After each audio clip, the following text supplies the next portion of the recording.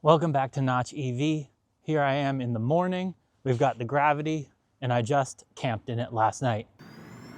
I was going to, I filmed this intro last night, but I think it was dark and it just didn't look as good. So I'm doing it right now, and we will just rewind time to go back to last night. And we're gonna go over what camp mode was like, which is actually the lack of camp mode, and how I accomplished it. To give you some tips on that, we're gonna be able to see the battery drain that happened, and I'll talk a little bit about the comfort and any weird sort of things I noticed. For starters, you have to come into climate, and right now there is no camp mode. So we're gonna do camp mode before camp mode exists, and then we'll do another one. We'll do another one later as well. It's a little hot actually. But for now, we'll use dog mode, I think. Creature comfort. We'll try this. I'll do this after I set up the bed. But we're going to try that for tonight. And then we're going to see how we do efficiency-wise. Sorry, not efficiency. State of charge. We'll see how that does.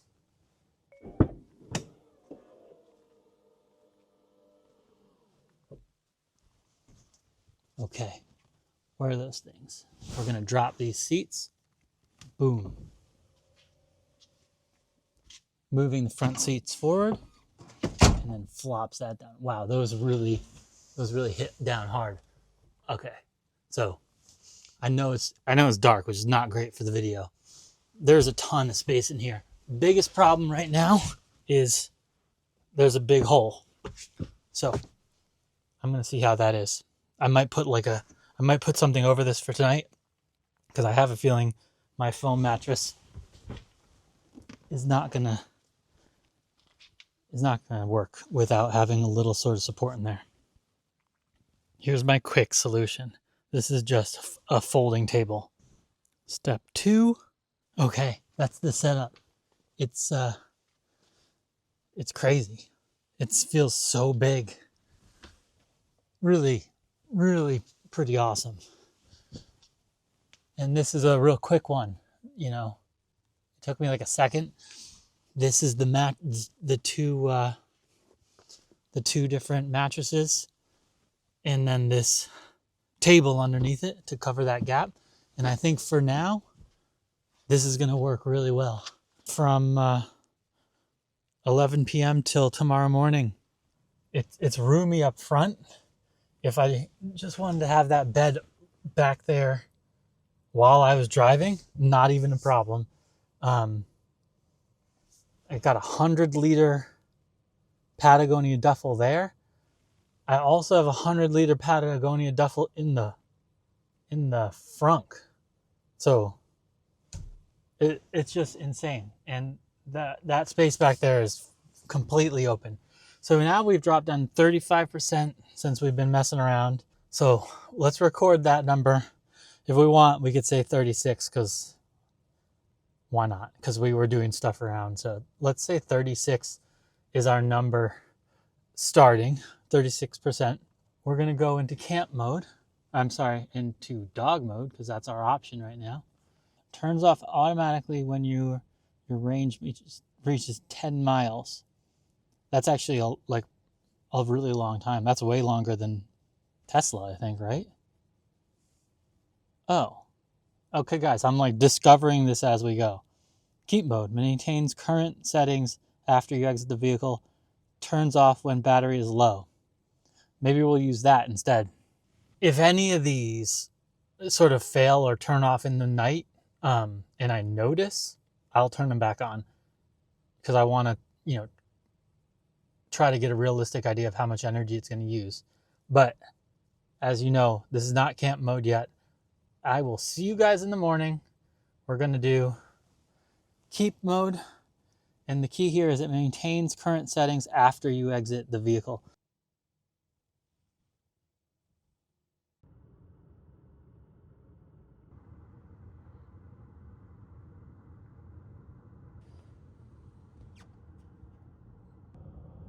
As you can see, our final battery percentage is 29%. I totally forgot. I didn't record this with the rest of the intro, but I have to say the hugest thank you to everybody watching. I have been sort of slowly grinding since March on this channel, doing what I can to grow it, and the amount of support that came in from the Gravity delivery video this week is beyond words. Like, thank you guys so much for supporting me. We're here with this. It's amazing, and I never expected so much growth. I mean, some people probably think it's silly, but that the amount of people subscribing, and you know, it was huge. It was huge. And me asking for the fall push to 1,000, when I said it, I thought, no way, like it's not gonna happen. Just thank you guys. And it's, wow, I'm almost there. We're at 800 this morning. I can't even believe that. We were at 225 the other day. So my heart is like pouring out huge thanks to you guys. And I really hope I can live up to at least anything that you're hoping to see. I'm reading everybody's comments. I'm basically responding to every single person. And it's really fun. As like a new creator, my arm's getting tired. As a new creator, it's really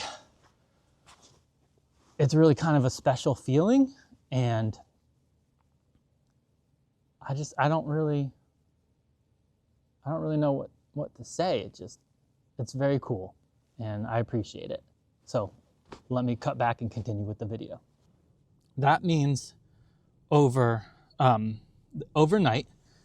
we lost less than 1% per hour. I started a little bit after 11, around 11, and we came to 8:30. It's actually, now it's 9:11 a.m. and it's still at 29%, even though I'm just sitting here blowing climate. I just went in to freshen up, but that's 7%, and that's like 9 or 10 hours, depending on where you want to draw the line, even though I'm still using climate here. So less than 1% per hour. That's a real nice number, because you know, when I was doing it in the Y, you definitely had over 1% per hour. And that's because you have so much of a smaller battery. So when you have such a big battery, it takes less from the car, in percentage wise, at least, to camp in it. So that's nice. It gives you a little bit more peace of mind for being out there, out far. I kept the climate I had it on pet mode, auto, at 73 degrees. And it was a nice warm toasting here. Outside last night, up here in northwestern Connecticut, it actually got down to 44 degrees. So it had to put in a little bit of work to keep the temperature up. Nothing extreme, you know, we're not in freezing weather yet, but it was not just even temperature outside compared to inside. So it was working for it.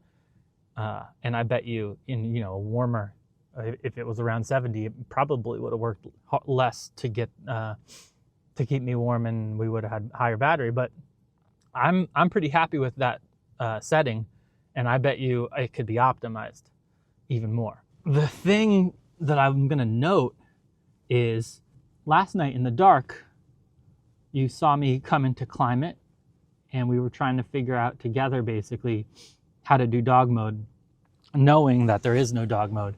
And right here we clicked this thing that's like a clock and a pet foot, and this is where we see creature comfort. And then I didn't even realize at the time, but I noticed if you click here, you get keep mode. So I tried keep mode first, and that's what you'll see me do in the evening. And it shut off after a little bit. I pretended to get out of the car and then kind of scooted to the back, and then eventually it shut off. So, and also the problem that I was facing with keep mode was that the screens were all on. So this lower screen is called the pilot panel, and that, actually I don't even know what that's called, but I was able to turn off the pilot panel. They make that pretty easy. I couldn't really figure out how to turn off the top screen, so I just lowered the, you can come and you can pull from the top of the screen, Oh, you can see it's still low. I just lowered it all the way down. And that was fine, but it was like a bright screen, semi-bright screen. Not enough to keep me up, you know, that's not a big deal. But then when the climate shut off, then it was a problem. So I came back in and I tried pet mode. Pet mode worked way better. And that's definitely the way to go right now until a actual camp mode arrives in the software, because pet mode keeps the climate going a lot more stably and reliably, and it even will go down to 10 miles of range. So it basically, you're going to be able to use it even if you're at low state of charge. And you'll see in the video, but pet mode also basically turns off all the screens except for a little bit of white type on the big long screen at top. So it was way better for sleeping. I'm seeing online that camp mode should be coming, and I'm seeing that it potentially has auto leveling. That will be awesome. Tonight I didn't need it.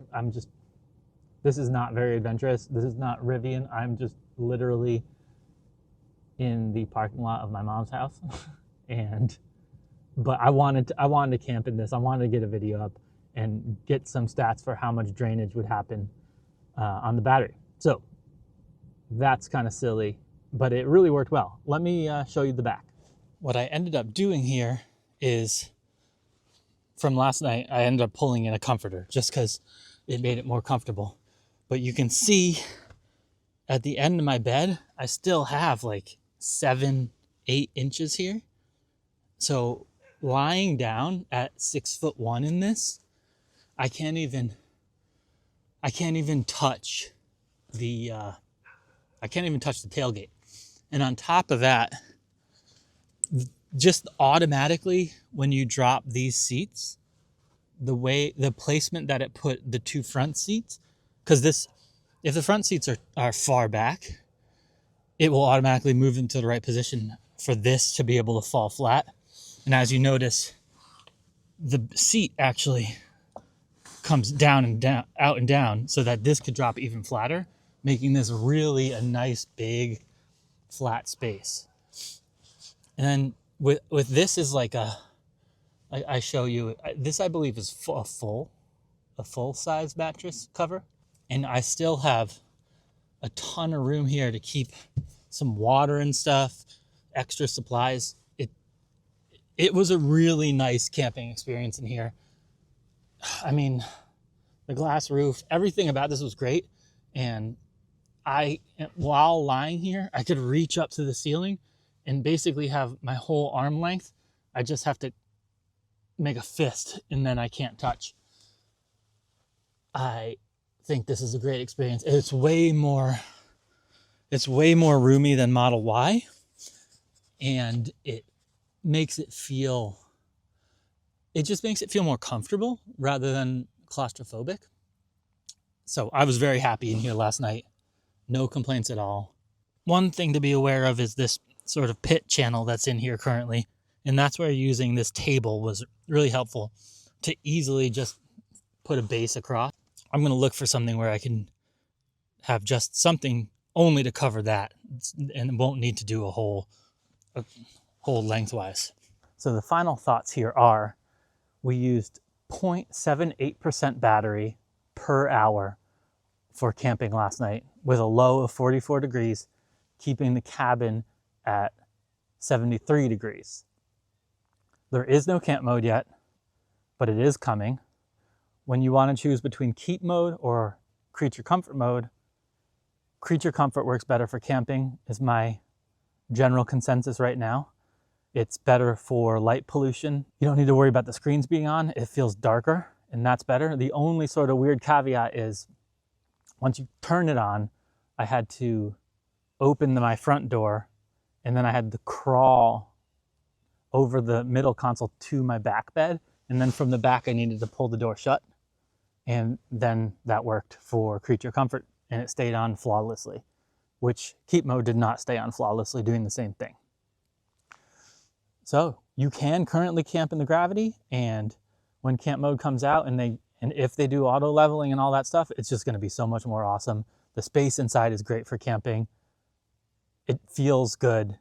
You could easily do 2 people in there. The full size mattress toppers fit really well. So would a twin. I don't know what a queen would be. Yeah, I think it would curl up on the side, but you could do a queen probably. I'm going to continue doing more camping this and see how these numbers compare in the future and see how things turn out with camp mode and if it actually can optimize the airflow better and temperature regulation, and maybe it'll use less battery in the future. But this is like a good baseline for the beginning of the life of Gravity before they get too many other features in. I'm just going to finish up now. I'm going to take this car, I'm going to go in there, and I'm going to charge it. I think I'm actually going to try charging it with my Tesla mobile adapter to see if that works. I mean, I don't see why it wouldn't. I'm going to give it a shot because I also have what am I saying? I have the one that came with the car, the Lucid one. I got to say, the auto presenting doors, when you have the key fob in your pants, they work really well. But there are some weird things. I'm going to have a video about issues, but people have talked about key fob issues, and it's strange. Like, the girl at delivery told me you need to shake the key fob to wake it up. So you're like getting in the car and you're shaking the key fob, and I guess that's because the Airs had key fob battery drain problems. I just get rid of the key fob. We need an app update so that we can use the phone as a key. It's going to make everything so much better. This is going to be the first time I've plugged this in. It has not, well, it's been plugged into a supercharger, but let's see how this goes. This is with the Tesla adapter, mobile adapter. I'm just curious. It says preparing to charge on the inside. I hear that clicking. And now let's see what's going on. Did these lights change? Okay, these changed to green. Cool. Oh, that light's going. Ooh, that looks neat. I'll close that. And then I can see we got inside, we got a charging screen happening.